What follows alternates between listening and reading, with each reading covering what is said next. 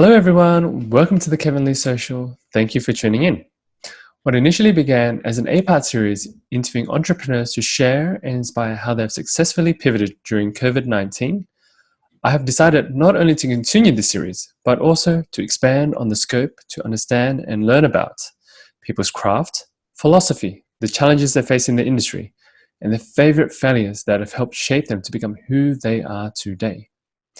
By going deeper and understanding different thought leaders, businesses, and industries, the idea is to help cross-pollinate ideas applicable in your life and inspire action in this new norm we live in.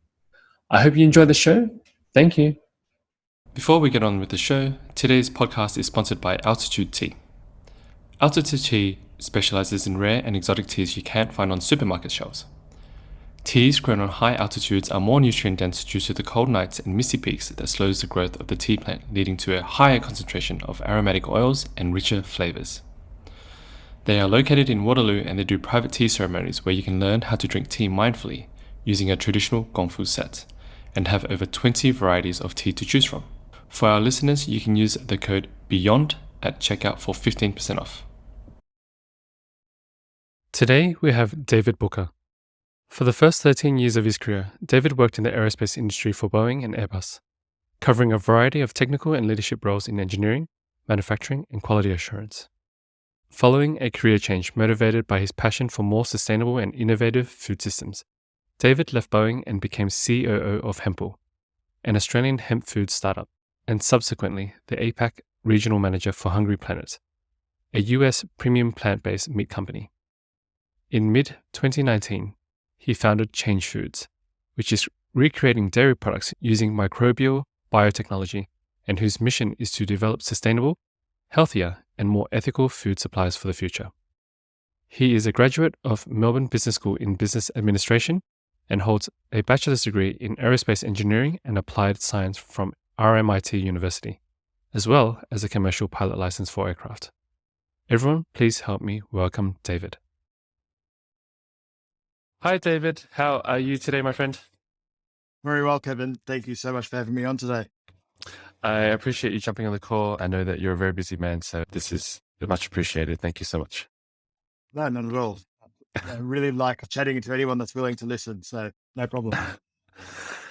David, let's begin with sharing your journey of starting Change Foods. How did you go from aerospace engineer to Palo Alto entrepreneur? It's a question I get asked often, but a bit of a transition from one industry to a complete other. But it happened actually personally when I changed my own diet. That's where it all started. I learned a lot about industrialized animal agriculture through some conversations and people that I met. And it was pretty shocking to me, actually, the cognitive dissonance that I had with how our food was actually produced, to the point where I did a lot of research, was studying into it, and was pretty shocked at just how inefficient things were, the treatment of obviously the animals in the supply chain.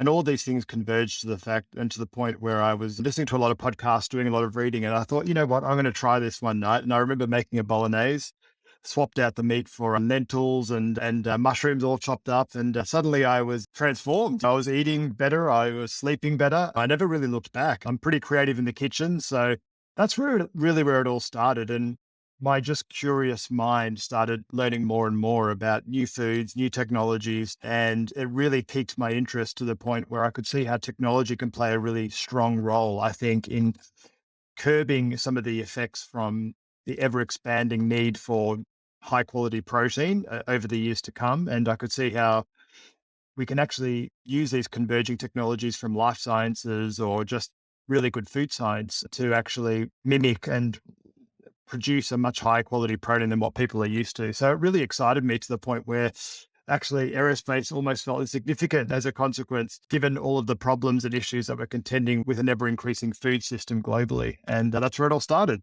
That was about 2016, I think. 2016. Wow.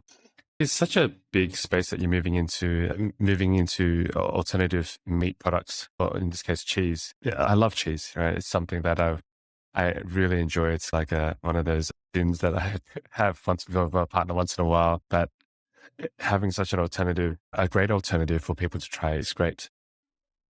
I remember speaking to you before about a little bit about this, and you were sharing some facts about the impact of the current cheese production in terms of like how much water it uses and stuff.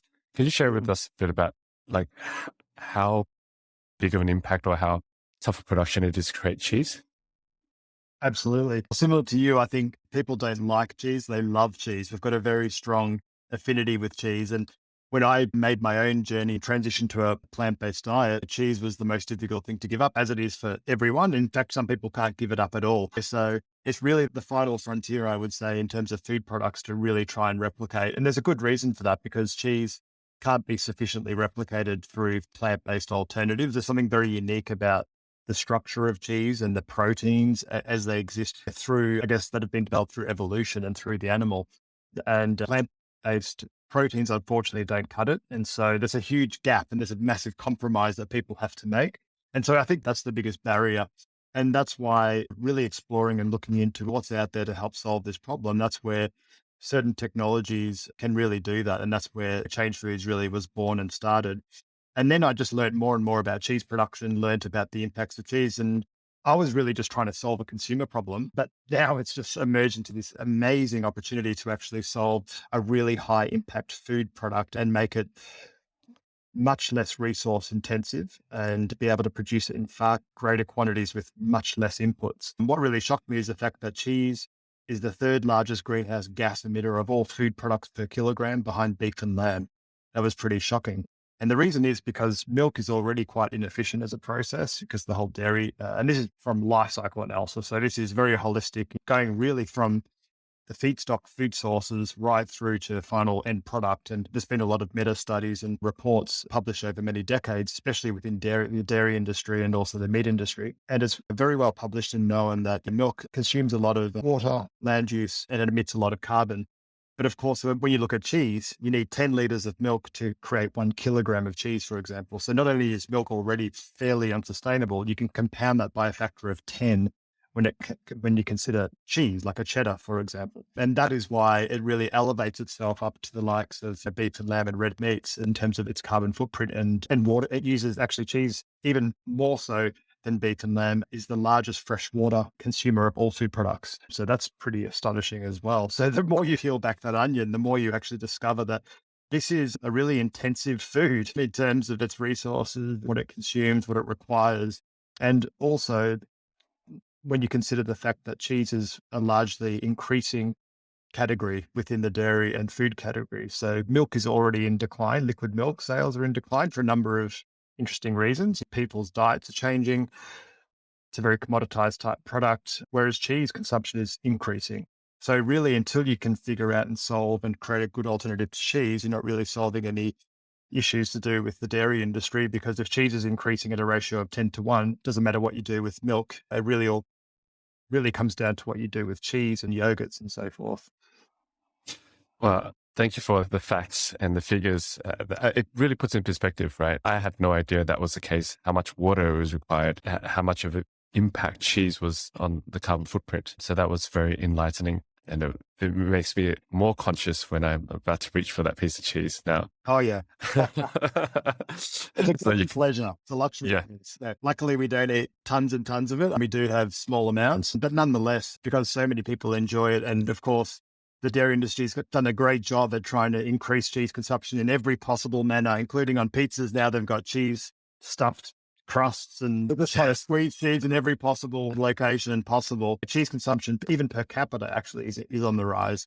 And that's the whole point of these technologies, is that, look, I think there's a bit of an alarmist, I guess, sense in terms of climate change. And I think it's a little bit overinflated in large part, but nonetheless, I think, what can we do with technology? What can we use to leverage and still provide the same experience that people are looking for? You don't have to give up cheese. We can just recreate it. So same product, different process. And that's what really appeals me to the sort of cell-based end of the spectrum, because that's really then going to be what's required to convince the mass market, I believe. There will be some early adopters, the early innovators that will adopt and compromise in some part, like vegans and vegetarians, and as they have over many years. But that's not going to cut it for the majority of people. The majority of people are looking for something that tastes delicious, that is the right price, that they've grown up to love, and food is ingrained culturally in so many ways as well. So I think that's where cell-based technologies really play a vital role with that mass market consumer. Yes, absolutely. And two follow-up questions for you in this space. The first one is, personally for you, why cheese? Why did you pick cheese out of, you could have gone down different routes, or was it because of this research? Then you thought, okay, this is why I want to tackle it. When I left Boeing, I was at Boeing for about 14 years in the aerospace sector. I really wanted to learn about the food industry and figure out where the gaps in the market were and look at the technologies and figure out what the right solutions were, coupled then with what I felt my strengths were and where I could make the biggest impact. So I went on an exploration phase. I didn't want to jump into anything too quickly. So I actually helped set up a not-for-profit organization called Food Frontier in Australia, which is Australia and New Zealand's leading think tank and industry accelerator for alternative proteins. That was set up in early 2017 with Thomas King, the former CEO and now chair. And that provided a great platform to really systemically think about, well, how can Australia get involved in this sector and how can we build a sector actually, because there wasn't much plant-based products at that point in time. In fact, I don't even think the term plant-based even existed in Australia back then. So that shows how far it's come in just a number of years. But that allowed me to it created a great platform for me to travel the world, meet some companies, really understand the sector, figure out what the levers were that we had to pull from a systems point of view, but also how do we increase investment? How do we get the regulators to come on board? How do we really advocate to consumers? How do we create a whole sector and figure out how to also diversify manufacturing in Australia to these more high innovation type products for the future? And I think all of these things converged and allowed me to really deeply understand and learn about different technologies and how they apply. And so after about 3 or 4 years, I really fell in love with microbial fermentation, or precision fermentation as it's now more commonly to, especially as it relates to dairy products. And so I think it's the right technology to solve for that particular issue that you find within dairy alternatives. And second to that, for the reasons I mentioned before, I think there's a huge gap in the market that exists with current alternatives that this product can actually solve for. We didn't need more plant-based meat products at that point. I could see how the market was starting to get quite saturated. There's many startups and we didn't necessarily need another one. I always feel like differentiating in some regards and creating my own thing. And so that's where I felt like there's still a huge lack in really good, substantial cell-based, at least, or based dairy products. And so that's where it all started. And that's where I really wanted to solve for that particular problem. I had to give up cheese, but now I really love the idea of being able to recreate it, but using a different technology without the animal involved. You mentioned precision or microbial fermentation. Now I'm really curious about the process, because we've talked about how damaging the process of cheese is to the environment in terms of carbon footprint. And what this cutting edge process and development that you've created, how big of a difference is it compared to traditional development method, and what does it involve, so the audience and I can get a better picture of what's being done? Sure. If you look at traditional cheese making, you start with milk. Obviously, you add something called rennet, which used to come from a calf's stomach. And in fact, this is the most interesting thing. Since the early 1990s, they've actually been creating non-animal rennet. And that is a synthetic version of that same enzyme that used to be sourced from a calf's stomach. And they've been using this exact technology that we're leveraging, microbial fermentation, to recreate it synthetically since the 90s. And so it's been widely adopted in the cheese industry for over 30 years, really. And so 90% of cheeses made worldwide today are made using non-animal rennet. So we're actually taking that same technology and now we're expanding it not only for the rennet, but we're actually now moving it into the protein, the macronutrients, because now the technology's advanced progressively over the last few decades, where the cost point is allowing it now to be competitive within food, not just high value ingredients or pharmaceuticals or medical products, but now actually being really relevant for these macronutrients. And that's why we're really taking microorganisms, we're modifying them basically genetically. So looking at using the same genes that you would find in a cow that helps express those particular ingredients or proteins. And we're sequencing them into the microbe. So when it's fermenting, it's doing its usual metabolic processes and doing its thing as it's chewing up the sugars in the during fermentation and creating other byproducts. But because it's now got this genetic code within its DNA, it's also now producing that compound of interest. And so that's what happens during the fermentation. And then what you want to try and do is purify away that particular target product of interest. And in our case, it's casein, because casein is the key protein that you would find in cheese. So we're developed all the technology to enable us to do this. And once again, people have been consuming this technology without really even knowing it for many years. And so now we're just taking and expanding it to the protein itself. And once you can solve for the protein, the casein, that's the magical unlock that then will deliver the functionality, the meltability, the stretchability that people are looking, for example, in a good pizza cheese or a mozzarella, which current plant-based cheeses definitely do not deliver. And so it's really analogous to, if you think about yeast used in beer making, you ferment it with sugars and it produces alcohol as a byproduct. Or if you think about yeast used in bread making, it's consuming some of the carbohydrates within flour. It's producing carbon dioxide, which is what leavens the bread. So we're just taking that yeast, or it could be a bacteria, or it could be another fungus. And now we're once again just modifying it and instructing it now to produce that particular compound of interest. So I think that's the easiest way to explain it. Yes. I think, thank you for that, David. It's a very quick explanation for, I think, a topic that is very, very huge. With something like this, I think it's also important to make clear the cheese that you develop is different to plant-based, correct?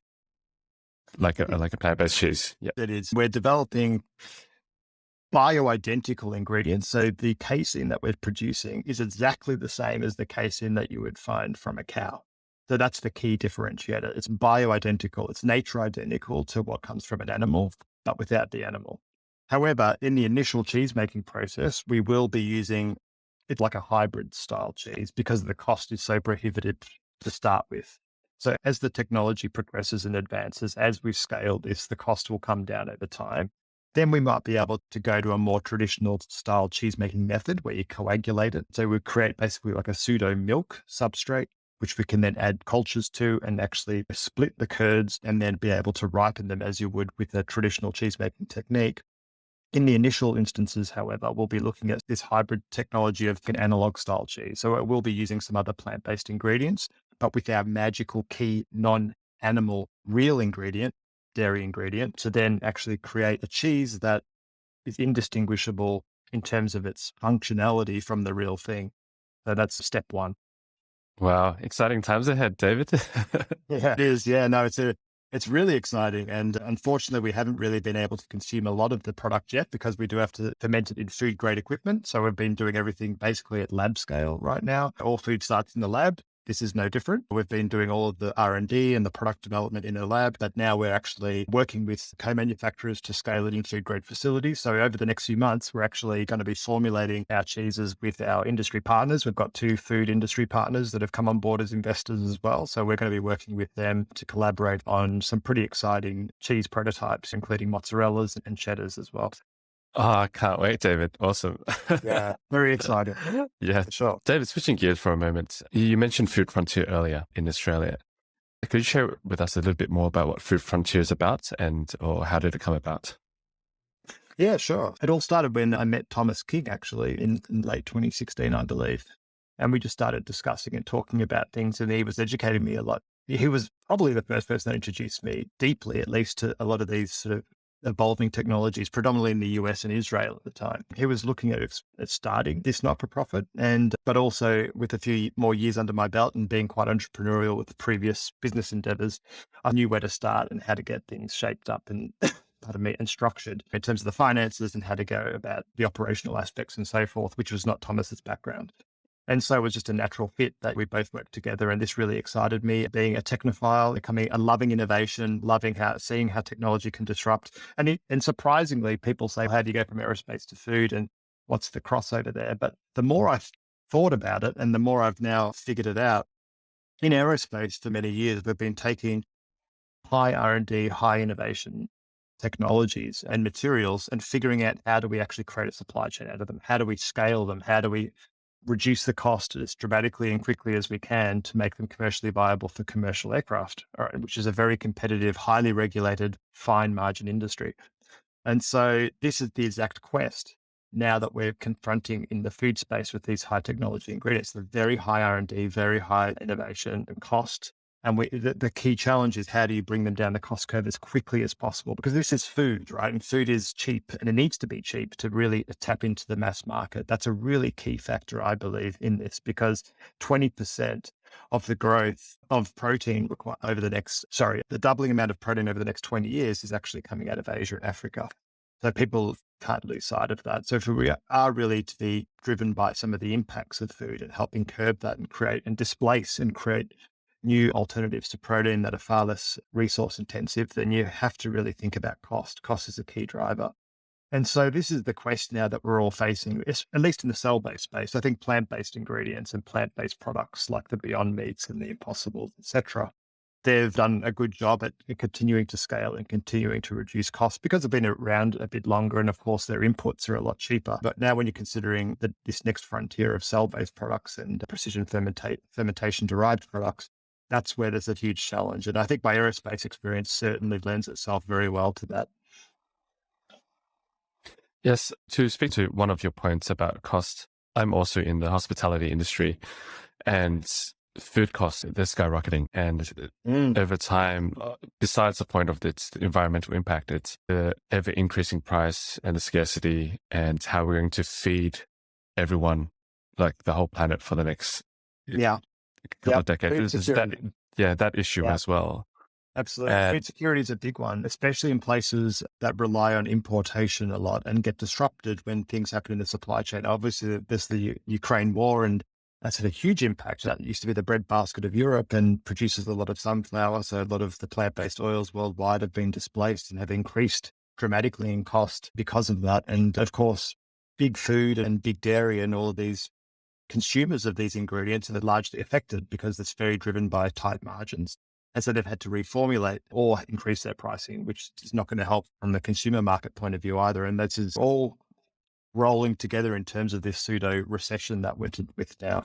And I think they're all inputs and factors that lead into that. But food security is a big one. And this is where this technology is actually very exciting because it requires far less land, 98% less land than conventional dairy for the same output, 65% less energy, about 94% less water. And when you consider all of that, it means that you can actually produce dairy in places that have never been able to produce dairy before. If you think about Singapore as a great example, they've largely relied on imports. They've got a 30 by 30 vision, so 30% food independent by 2030 is some of their national objectives. This will allow and help feed into that because they can, in a small factory, actually be able to produce sufficient and vast amounts of dairy, which is pretty exciting to them. And they've got no land. So even if they wanted to, they couldn't really have agriculture and have dairy and food such as that. And also in places where the temperature is, in desert places, for example, they find it very difficult to have dairy and cattle. And so this is a really transformative technology from a food security point of view. It means you can localize production. You can actually I can see in the future that there's going to be towns that will have cell-based meat facilities next to a cell-based dairy facility, which will be able to supply a small community in the middle of nowhere, which then also reduces transport costs. And so this snowball effect of all of these impacts that this type of new future food can entail.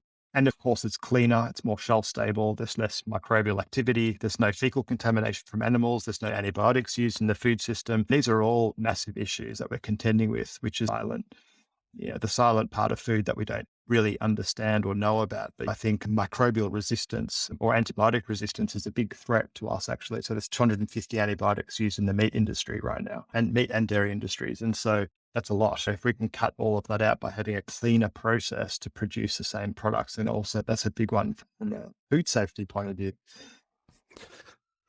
This is truly such a game changer, David. Like the vision you've brought out, it makes so much more sense, and it actually has a positive future outlook, because sometimes if you don't see that other end of the scale, you're thinking, what's the way out of this? You're eating everything and consuming everything without creating. But luckily we have people like you who are creating more than we consume. So, well, at least we're trying to get there. That's right. And I can see that eventually, not just households, but even like restaurants and stuff like that, they'll be able to incorporate more of these into the restaurants, because like you said, price is key. And with the ever growing prices in food, the restaurants and everyone else has to pass on these costs. But if they're eventually able to access these alternative cell-based products, then they can create something still amazing and delicious, but also reduce the price eventually to the mainstream as well. And the true cost of meat and dairy is actually much higher than what people actually currently pay for. We don't realize that, but the government subsidizes a tremendous amount to actually make that whole system profitable. And even then, it's only profitable by a very, very fine margin. And so that's why intensity is so important. Industrialization is so important, because otherwise wouldn't be profitable. And there's this romantic notion of what about free range beef and regenerative agricultural farming practices and so forth. I'm all for it. But the problem is, how do you supply mass food systems with that process? And you can't. It's not scalable. It's only scalable and profitable when you intensify it. That's why 99% of meat, eggs, and dairy in the US are from factory farms, industrialized factory farms. 99%.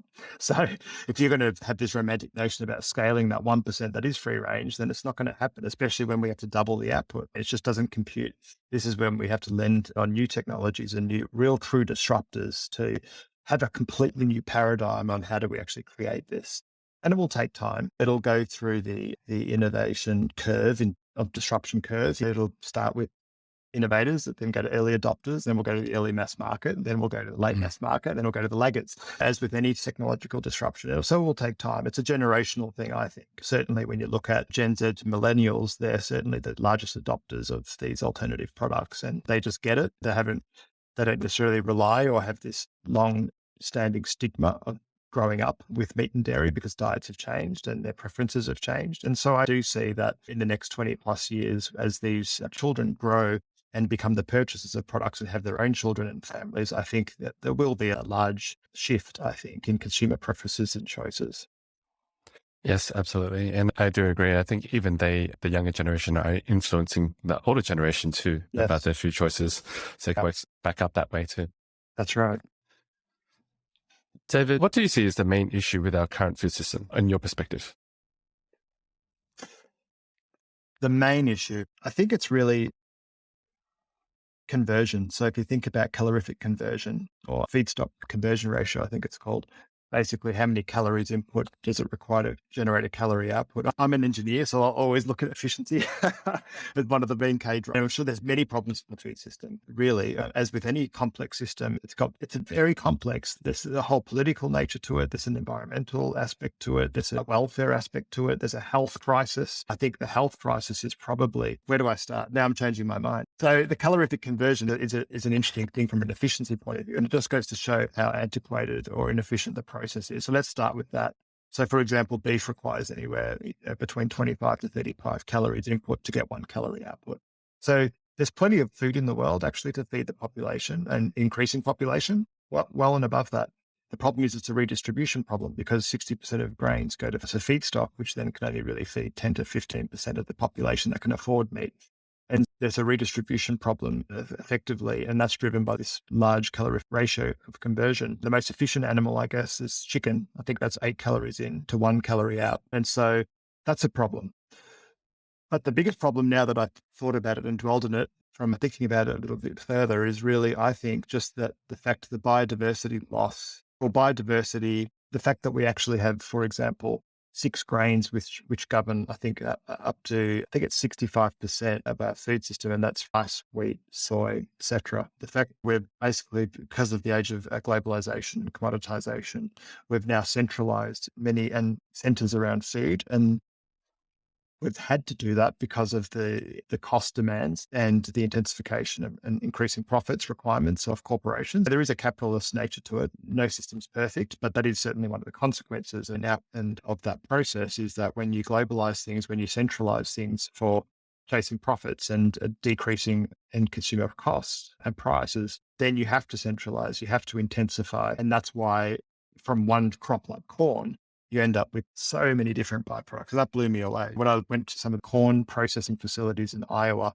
and the Midwest, that was pretty shocking to me. Just in terms of, well, not shocking, it's interesting from an engineering point of view, but it was amazing. Let's put it that way. Shocking in a sort of awesome sort of way, because of the fact that from one crop, they figured out how to really strip it down and produce so many different byproducts. It's incredible.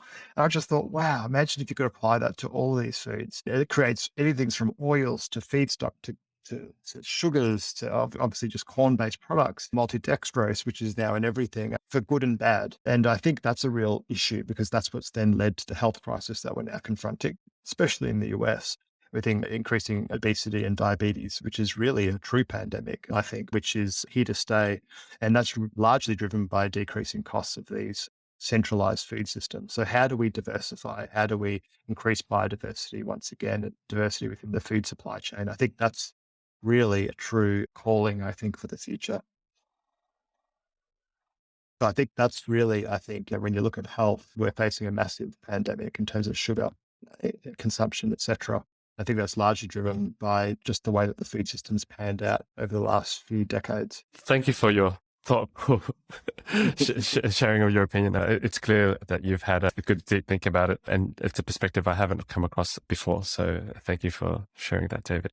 My pleasure. Yeah, I'm not sure how to add to that. It's a very good brain dump, and I was like, okay, let me simmer on that. There's so much to unpack, and I probably did a bad job at properly articulating it, but that's just scratching the surface, really. It's such a complex, ingrained institution, food, and it touches on everything in every country. As mentioned, where do you start? I think and I think that's certainly, I've had to really deep dive into a lot of these issues for many years over the last six or so years.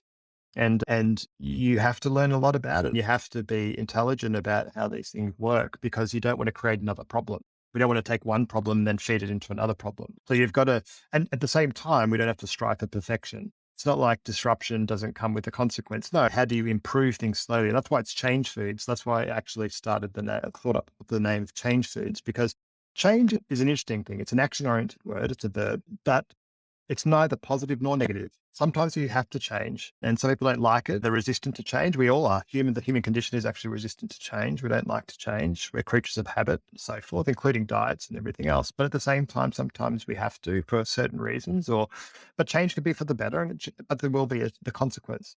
And so how do we not solve one problem and create a massive other one? And I think that's something that we're always thinking of. That's always at the back of my mind.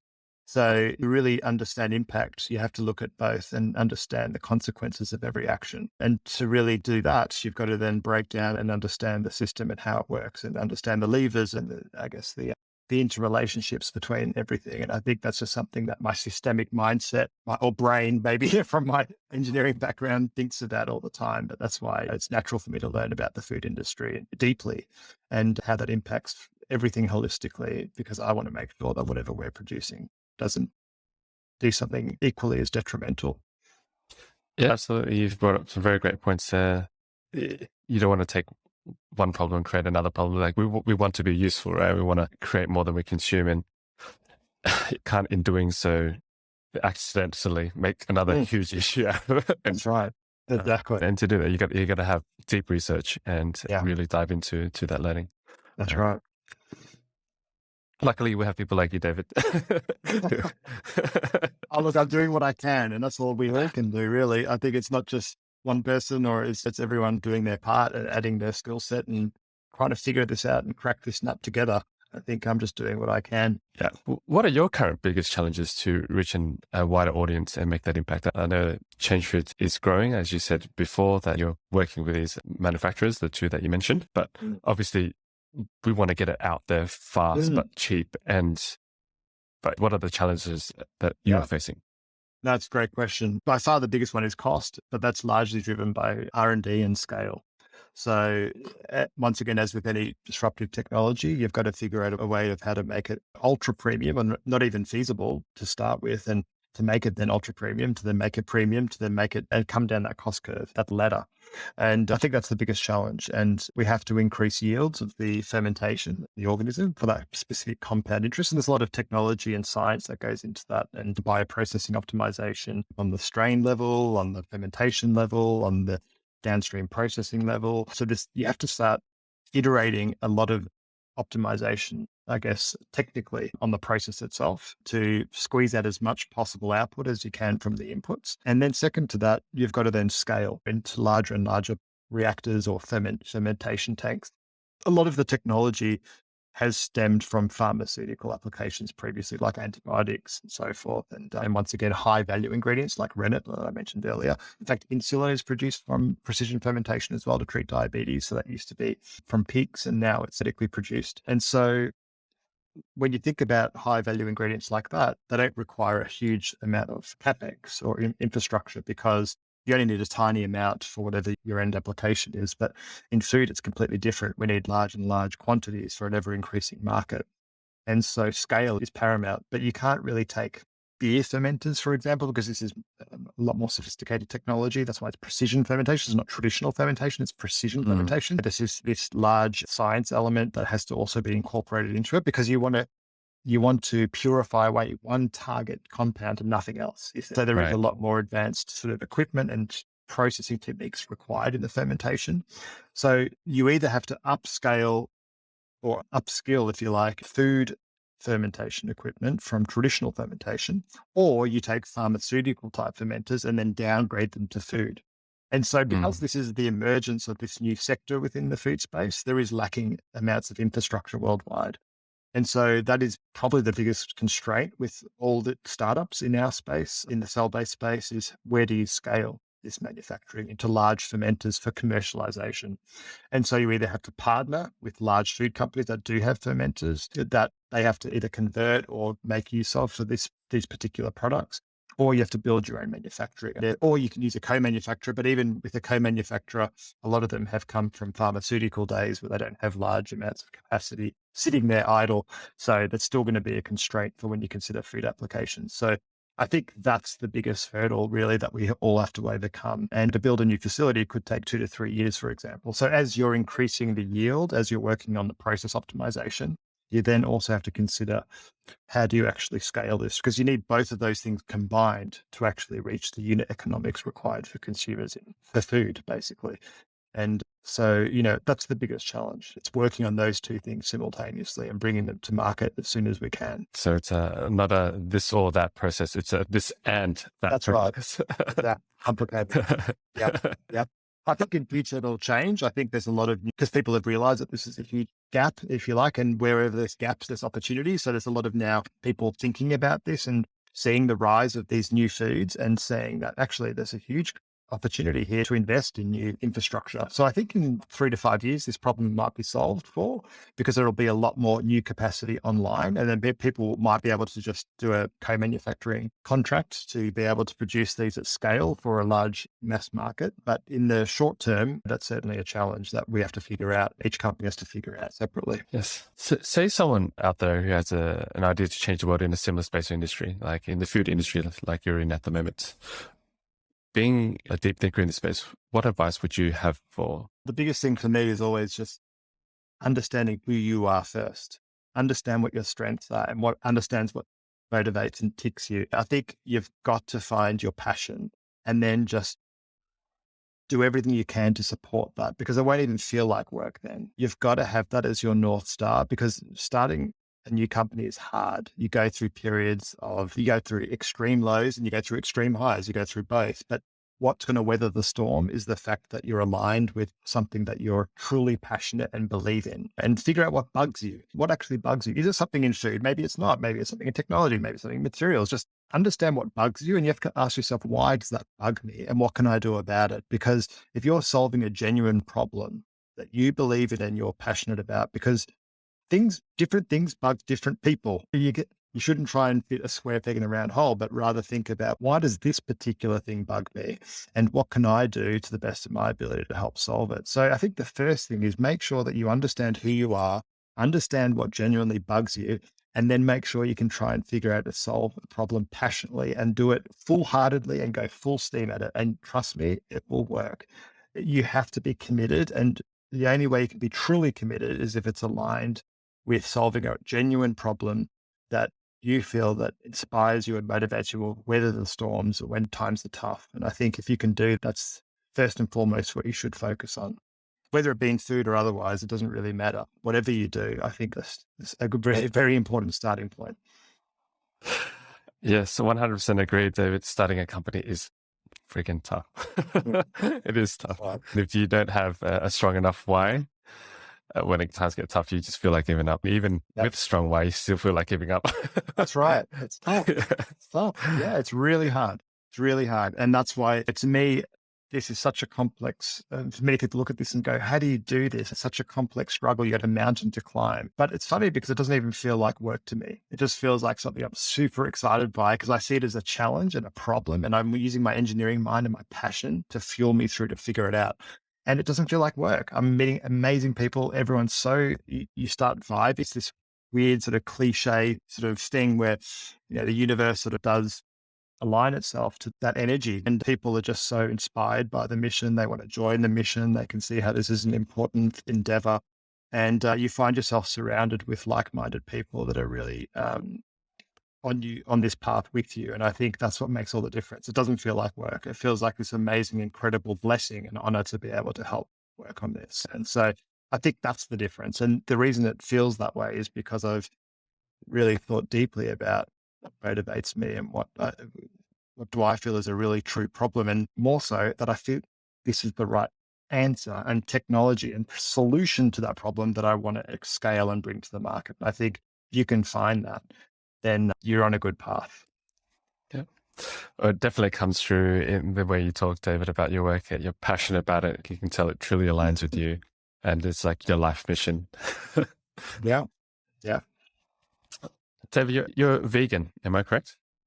I am, but I've been eating cheese lately. Yeah, I am running it. And also I'm doing a lot of travel. So I've had to be quite flexible because I'm also celiac. I found out 4 years ago, I'm actually celiac as well, which means I'm intolerant to gluten, which is a big shock because I've got a very restrictive diet now. I'm trying to be fully plant-based or vegan and gluten-free. But when I travel, of course, to places like the Middle East or India or Asia or even some parts of Europe, you've got to be flexible because it's too restrictive. And so I have been, usually when I travel, I'm vegetarian and gluten-free, but when I'm cooking at home or wherever I can have an influence, then yes, always plant-based and gluten-free. And I can't actually imagine ever eating meat again, to be honest. I think once you change your taste buds, change your lifestyle, the thought of it actually is a little bit repulsive. It's quite bizarre because I grew up in an Italian household and consumed a lot of meat and dairy. And I was the last person you would have ever thought to go vegan or plant-based, but things have changed and I actually feel better. I feel healthier. I feel I have a lot more energy. And so I don't think I really need to consume that again because I figured out how to live my life without it and still be very healthy and very nutritionally conscious about everything I consume and its impact as well. And so it's actually opened up a whole new opportunity and worldscape for me. Yeah, that's great. Kudos to you, David. It's being able to switch into that lifestyle. And so that's just where it comes a bit more of a personal question because I'm trying to adopt more of a plant-based diet as well. I have my days and then I go off days and I'm trying to move more towards it. That's what we call flexitarian. Yeah. 30% of Australians actually identify as meat reducers or /flexitarian. Flexitarian is quite inclusive. That's quite a broad term. But I think to me, I'm a very pragmatic person. And to me, it's not about purity. It's about doing what you can do. Every bit matters. Something really stuck in my mind many years ago when we first started Food Frontier, where I saw a chart to show that 2% of people are vegan, for example. And you can spend all of this effort and decades and advocacy to try and make the third person, out of 100 people, the third person vegan or the fourth person. Or you can just get everyone to reduce by 10% and you've had a far bigger impact. And I think I love that pragmatic approach. Like, don't try to be perfect. Just do what you can. Everyone can do what you can. Some people have very different circumstances or reasons why they can't switch their diets. And it's naive to think that everyone can. I think you've just got to do what you can. And if it means cutting out meat once a week or twice, 2 times a week, good on you. If it means doing it 3 days a week and you can do that, great. We need all of these things together. And I think this is where these technologies and products help because it means that there's less of a compromise. So you can still substitute a burger. You can still have the same experience. And it's made from plants. Yes, it might be processed, but it's not there to be a health food. It's meant to displace another junk food or another. So sometimes we lose ourselves in this quest for perfection. And that we're striving to always have this pinnacle end product, this amazing holy grail of has to be perfect, has to be the healthiest. And it's just not true. I think you just have to be pragmatic and realist and say that, look, do what you can. Every bit helps. And then next day, try and do a little bit more and then try and do a little bit more. And that's what continuous improvement is about, I think. Yeah. Yes. So well done. Well done. Don't be hard on yourself. Thank do what you, you can and nice step and try new products. Be creative. Try new recipes. Try to do things different in the kitchen. and you'll be surprised. It opens up new horizons, and you'll find flavors and challenges and things that you've never tried before, which I certainly did. Suddenly incorporating lentils and beans and all these things, which I never ate before I actually became plant-based. And it's all for the better. Now I'm consuming a rainbow of foods, and my biodiversity, my microbial health in my gut has probably increased dramatically because I'm consuming a lot of different fibers, a lot of prebiotics and probiotics and all these types of things, which, so it does open up a whole new exciting chapter. And I think every little bit helps. Yeah. Good luck. Thank you, David. Yes, I am enjoying the process. I go out to the stores now and go, okay, it's like a new boundary of container to be creative with. Right? That's how creativity works, right? Is you've got to set the boundaries and then you can experiment. Because if you have no boundaries, then you're like, oh, what do I do? But now you're like, okay, all right, so this is what I've got. This is what I can play with, and let's see what kind of creativity and fun I can make out of it. With constraints comes creativity. That's one of my favorite sayings, actually. Exactly. Yeah. And it doesn't always work out to be the best, but I can try again. Adventure. And we live for adventure. That's what life's about. Yes. And you'll find amazing things. You'll find some bad things, and you'll find amazing things, and you'll transform things hopefully for the better. Because the things that are better will stick. And that's that's what continuous improvement really is as a mantra, and every little bit counts. Yeah. Have fun with it. Thank you, David. Thank you. David, how do you balance mission and family? You're clearly a guy who has a strong North Star. You're originally from Australia, and from my understanding in the US working as well. I mean, it goes back to that conversation sometimes. You want to change the world and you want to put everything into it, but then you also have a life. Like you have your family and friends. Maybe it's a bit of a naive answer, I guess, in some part, but I would say always try and find the win-win, and if not the win situation. You don't have to give up something to be able to pursue another. It's how to incorporate it so it's all holistic. And so it's not like I have to give up my family to pursue my mission. It's how do I bring my family on board that journey with me, or bring the mission into the family household. And yes, it might mean there's physical separation. And that is something that so I've got 2 children. They're still in Australia. They're a little bit older, which is why I think I could reconcile the fact that I can be apart from them for greater lengths of time, because they've got phones. I can call them anytime. So my son's 14, my daughter's 11. If they were 5 years younger, it would have been certainly more of a challenge. And I would have had to at least continue to work from Australia or spend more time in Australia. I think just because they're a little bit older, they're excited by what Dad's doing and excited by what Change Foods is striving to achieve. And I can FaceTime them anytime. I think this is where technology is certainly helping a lot in that respect. And of course, when I can see them and when I can go back to Australia, I do it as frequently as I can. And of course, during their school holidays. In fact, I'm flying back there in a couple of weeks to bring them over here for 2 weeks for their school holidays. They're going to come over and visit our operations here and see our lab and meet the team. But that's going to be a really exciting proposition for them. But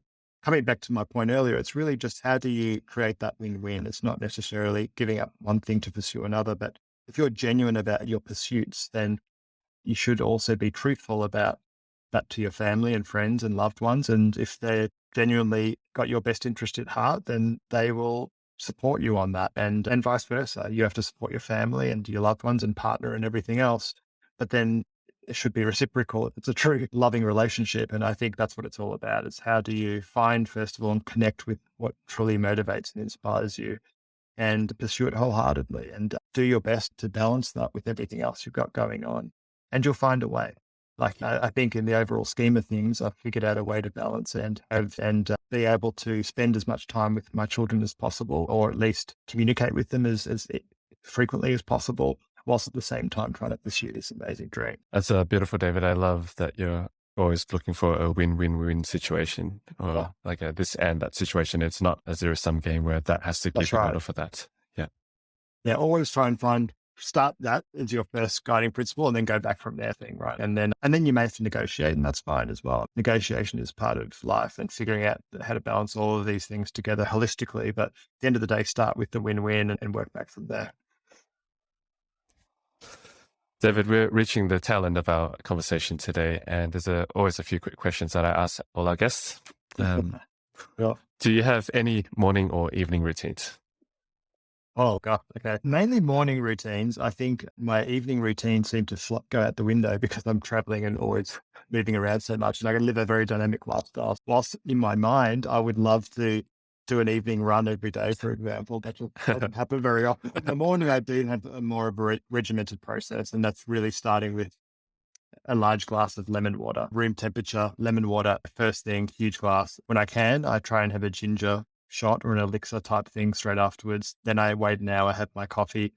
I do love to try intermittent fasting. I haven't done it for a few months, but I did it for a good 9 months before I came over to the US. But once again, traveling makes that difficult. But I did feel a lot better on intermittent fasting. I was doing 16 hours a day. So I'd stop eating at about 6 p.m. and start up again at around 10 the next morning with my first sort of milk coffee. But once again, I think that's my ideal situation. The reality kicks in. But yeah, that's what I try and do.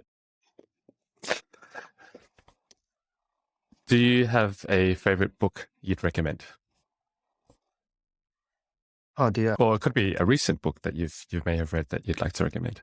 Yeah, a lot. One which I found interesting is one called False Alarm by Johan Lombo, which looks at sort of climate alarmism, I think. And that was really interesting because being in the sustainable food movement, I think we can get swept away with our own beliefs and insights and ideas. But Bjorn Lomborg's spent many years studying sustainability and climate to really, truly deeply look at bringing together a lot of economists, for example, scientists together to figure out, look at the sustainable development goals from the EU, where there's a huge list of them, and try and rank order them or prioritize them in terms of the business case. So spending this amount of money will give you this much return.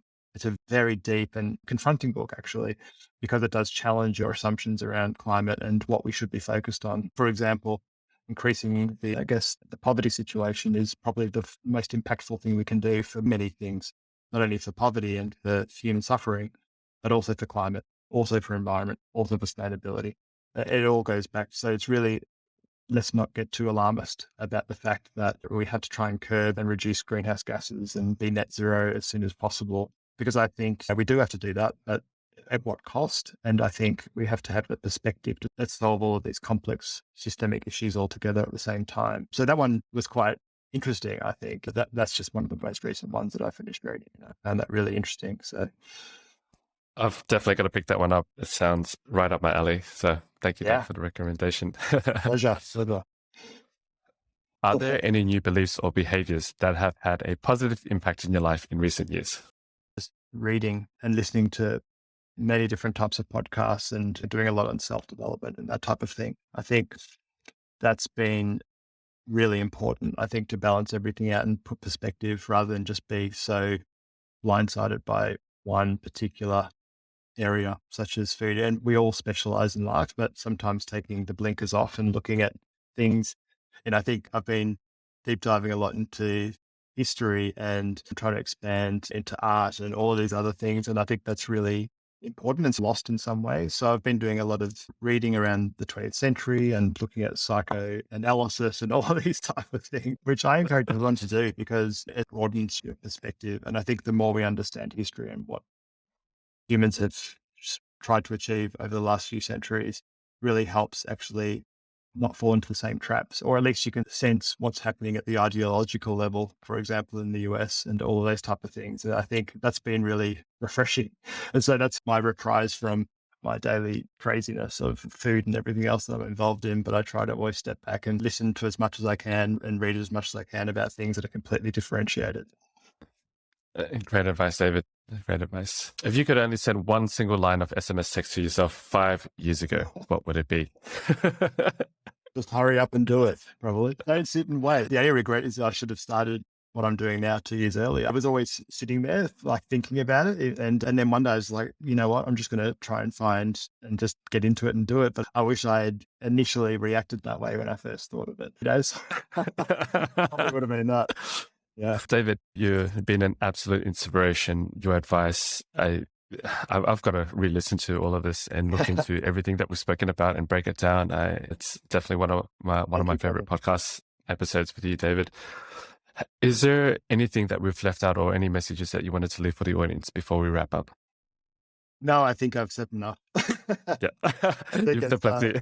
Yeah. There's a lot to go through there. But once again, I think it's just understand who you are. I think that's the first thing. And I think that's the most important thing out of all of this. It's really try and do as much to understand who you are, what bugs you and what problems you want to solve for, and just do it wholeheartedly, and things will open up for you. And finally, David, how could people reach out or learn more about everything that you do?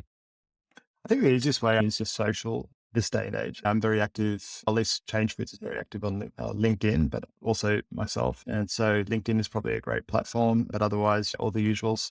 So yeah, our website's really good to look at. We try to keep that updated, or there's some interesting content and videos and things like that on there. So changefoods.com as well. Yes, I second that. Changefoods.com. I love that website. It's got all the facts and info. It's very engaging, actually. I really like it. Yeah, thank you. Very well done. Thank you, David. I appreciate your time again. Much loved. Thank you. Thank you, Kevin. Thanks for tuning in, everyone. I hope you enjoyed the show. All the links to the show notes will be available at kevinleesocial.com, spelled KEVINLY. Conversely, if you have any interviews that you'd love to recommend, please send it over to kevinleesocial@gmail.com. I'd love to connect. Thank you. Until the next episode.